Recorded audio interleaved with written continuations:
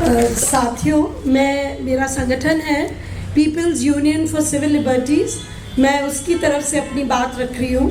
वर्तमान में मैं अध्यक्ष हूँ इस संगठन की, और मैं इसलिए और हमारा संगठन इसलिए अपनी बात रखना चाहता है। और हम लोगों ने उसी दिन रात 29 की रात 30 के 1 बजे सुबह हमने हमारा प्रेस नोट इशू किया था, क्योंकि हमें हैरानी हुई कि इस तरीके से कोई पुलिस आकर किसी मानवाधिकार कार्यकर्ता, वो भी एक सीनियर मानवाधिकार कार्यकर्ता के साथ इस तरह का सलूक करती है। आपको समझना होगा कि कागज़ एक नहीं और 5 बजे से 10:30 बजे तक बैठे हुए हैं, आपकी इल्लीगल कस्टडी कमरे में चल रही है। और जब वहाँ के वकीलों ने कहा ये नहीं होने देंगे, हम आपको नहीं जाने देंगे, और उनके भाई स्थानीय थाने में जाके उन्होंने रिपोर्ट किया कि ये पुलिस आके मेरे भाई को बिना कोई कागज़ किडनैप करना चाहती है, तो स्थानीय बेंगलोर पुलिस वहाँ पहुँची और वकील भी सारे पहुँचे। फिर जाके जो पहले हम सीआरपीसी में सेक्शन 41A नोटिस बोलते थे, जो निज़ाम पाशा जी ने पहले हमें बता दिया है कि आपको नोटिस दे के बुला के आपसे बात करेंगे, आपसे पूछा जाएगा। जब 3 साल से कम अपराध की सज़ा है तो आपको बुलाया जाएगा। और जितनी भी सज़ाएं थी, तब 11:15 बजे कागज़ आता है दिल्ली से। आप समझ सकते हैं कि SHO शाहीन बाग एक फ्रंट है, सारा कुछ पीछे से हो रहा है। अगर मेरी FIR 1248 दिल्ली में दर्ज होती है, मैं कैसे 5 बजे बैंगलोर के फ्रेजर टाउन पहुंच सकती हूँ? आप बताइए। मैं तो जयपुर, जो और भी 200 किलोमीटर दूर है, 225, तब भी इतना वक्त लग जाता है। बैंगलोर पहुंचना तो नामुमकिन है। मेरी अपनी पर्सनल जेट हो तो भी शायद संभव नहीं होगा। तो ये सारा कुछ ये भी समझना होगा कि एक रात पहले या करीब 9-10 बजे संगठन पे 22 पुलिस वाले उनके दफ्तर पहुंचते हैं। ये एक तरीके का रेड है, इसको दर्ज करना चाहिए। यहाँ पे 2 बातें हो रही हैं। एक, पूरे संगठन को कमज़ोर किया जा रहा है, जो इस वक्त एक मंच है जो माइनॉरिटी समाज, मुसलमान समाज इस वक्त सबसे ज़्यादा पीड़ित है, जिसको धकेला जा रहा है, जिसकी सिविल लिबर्टीज़ सप्रेस्ड है, जिसके ऊपर इतना ज़बरदस्त चुप होने का दबाव है। वो एक मंच APCR दे रहा है। उसके दफ्तर पहुंचे, वहाँ पे डराने धमकाने, एक चिलिंग इफेक्ट कॉज करने कि सारे वर्कर्स चले जाएं, सिर्फ दिल्ली के वर्कर्स नहीं, जो राज्य भर के। और अगले दिन उनके जो कोऑर्डिनेटर डायरेक्टर हैं नदीम खान के साथ ये सारा होता है। आपको हैरानी होगी कि जब कागज़ दे दिया और उनसे बोला ठीक है 30 माने संडे की 1 बजे तक आपको हमारे से बात करनी है, तो दिल्ली पुलिस संडे भी रही, कल मंडे भी रही, और अब निकली होगी जब प्रोटेक्शन दिया है। आप ये बताइए हमें कि इतनी ज़्यादा क्यों उतावले हैं नदीम को पकड़ने के लिए?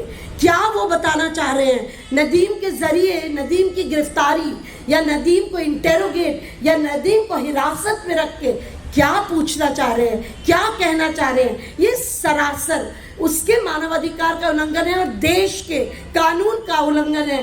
देश का कानून इसको बिल्कुल सहन नहीं करेगा। और मुझे लगता है हम अपनी आवाज़ पुरजोर रूप से रखने आए हैं 2 बातों के कारण। नंबर 1, जो उन्होंने एग्जीबिशन बनाई, that was absolutely constitutional, absolutely legitimate. इस वक्त मानव अधिकार के टूल्स क्या बचे हैं? हम शांतिपूर्वक मानव अधिकार के मुद्दे पर संघर्ष करना चाहते हैं। हम ना बंदूक उठा रहे हैं, ना हम मार पीट कर रहे हैं, ना हम गाली गलौज कर रहे हैं। हम सार्वजनिक मंच में हम कॉन्स्टिट्यूशनल टूल्स से लड़ रहे हैं। आप हमें फैक्ट फाइंडिंग करने नहीं देते। कोई फैक्ट फाइंडिंग टीम जाती है, आप बस्तर में आए दिन मारकाट हो रहा है, वहाँ 300 से ज़्यादा लोग आप कह रहे हैं मार डाल चुके हैं, आप फैक्ट फाइंडिंग करने नहीं देते। A legitimate human rights tool which Gandhi use used when he went to Champaran. Mahatma Gandhi used that tool. He did a fact finding of the indigo farmers to understand उनकी स्थिति क्या थी. एक मानव अधिकार कार्यकर्ता क्या कर सकता है? स्थिति की रिपोर्ट ही तो रख सकता है ना. और उसके बाद हम क्या बोलते हैं, मैं महिला आंदोलन से हम कहते हैं चुप्पी तोड़ो और उस बात को रखो, उसके लिए मंच ढूंढो. तो APCR वही तो कर रहा था जो तरह के वायलेशंस, जो प्यूनिटिव डेमोलिशंस या हेट स्पीच के, उनको ही तो उजागर कर रहा था. लिंचिंग कोई बड़ी अच्छी बात है क्या? इस देश की शोभा है. उसके बारे में बात करना से तो देश की शोभा कम हो रही है. आप उसको आपराधिक कर रहे हैं बात करना, और लिंचिंग होने देना सही है. तो मुझे लगता है इस वक्त और ये आपके लिए भी है, सारे मीडिया जगत के लिए है, और वो लोग जो लिखने पढ़ने वाले लोग हैं, आपकी लेजिटिमेट ह्यूमन राइट्स टूल्स को to talk about it, to broadcast it, to investigate, to publish, उसको आपको कमज़ोर करना जा रहा है. और कल आपको अदालत जाने से भी रोका जाएगा. वो कहेंगे अदालत में आपने ऐसी करते ही हैं. अदालत में जितना इंटिमिडेशन आजकल हो रहा है, हमारे साथी लोग लगातार बता रहे हैं. तो PUCL का क्लियर मानना है कि मानव अधिकार कार्यकर्ता और मानव अधिकार संगठन, एक सिविल लिबर्टीज ऑर्गेनाइजेशन, एक सिविल राइट्स ऑर्गेनाइजेशन के साथ आप इस तरीके का बिल्कुल खिलवाड़ नहीं कर सकते हैं. आप उनको आपराधिक कृत्य में नहीं रख सकते हैं.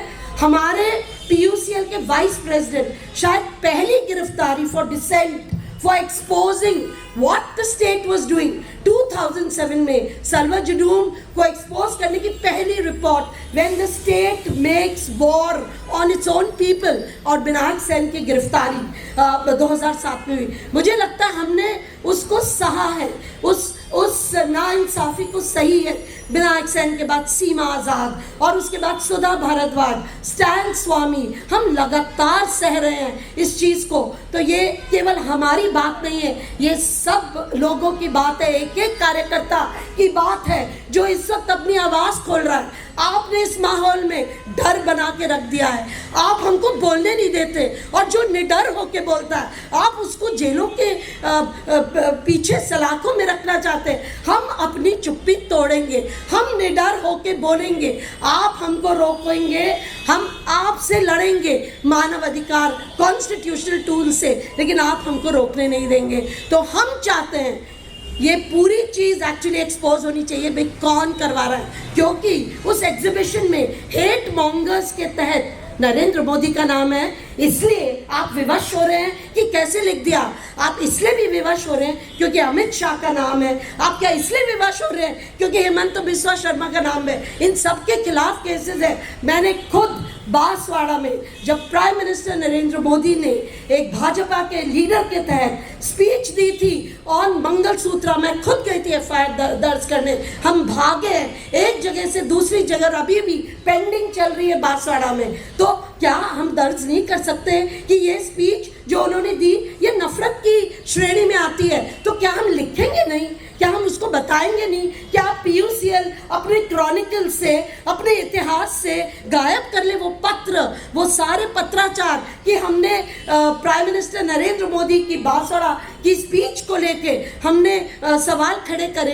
तो मुझे लगता है absolute constitutional legitimate work of APCR of Nadeem Khan has to be supported, has to be completely, publicly we have to stand with him. And हम लोग अपील करेंगे कि ये FIR क्वाश हो. ये बिल्कुल बकवास है. इस FIR के बहाने आप कुछ और करने जा रहे हैं, हमें भी पता है. तो ये बंद होनी चाहिए. और ये शाहीन बाग कौन है पीछे वो हमें पता है, लेकिन शाहीन बाग के SHO जो इस वक्त लालायत फिर रहे हैं उनकी गिरफ्तारी के लिए इलीगल तरीके से, उनके खिलाफ केस दर्ज हो for breaking the law, for violating his constitutional rights. और तीसरा जो उनके परिवार को इतना परेशान करा, उनके भाई के घर में जाकर बैठ गए, वहाँ भी हम डिमांड कर रहे हैं compensation. I stop here, but this is a very passionate subject for us human right defenders. 9 दिसंबर को ह्यूमन राइट्स डिफेंडर्स डे है. 1998 में डिक्लेरेशन हुआ, हमारी कंट्री ने भी साइन किया कि सारे देशों के मानवाधिकार संरक्षकों की संरक्षण, हम राज्य करेगा संरक्षण, काम करने के लिए स्पेस देगा। और वो देख लीजिए कितने वर्ष हो गए, I think it's going to be 34 years, और हम लोग कहाँ पे खड़े हैं। हम दोबारा से मानवाधिकार कार्यकर्ताओं को जेलों में भेजना चाहते हैं। India is violating international law. तो हम लोगों ने कल एक नेशनल कॉल दिया है कि 9 दिसंबर को जो मानवाधिकार संरक्षण दिवस, अंतर्राष्ट्रीय मानवाधिकार संरक्षण दिवस है, हम उस दिन नदीम के लिए, जुबैर के लिए और अन्य कार्यकर्ताओं जिनके ऊपर हमले हो रहे हैं राज के, जिनके राइट सप्रेस कर रहे हैं, उनके विरोध में हम खड़े होंगे। और हम आँख से आँख मिला के राज्य को बोलना चाहेंगे, सरकारों को बोलना चाहेंगे, आप हमारे सिविल लिबर्टीज को नहीं छीन सकते। धन्यवाद। I am sorry I took too much.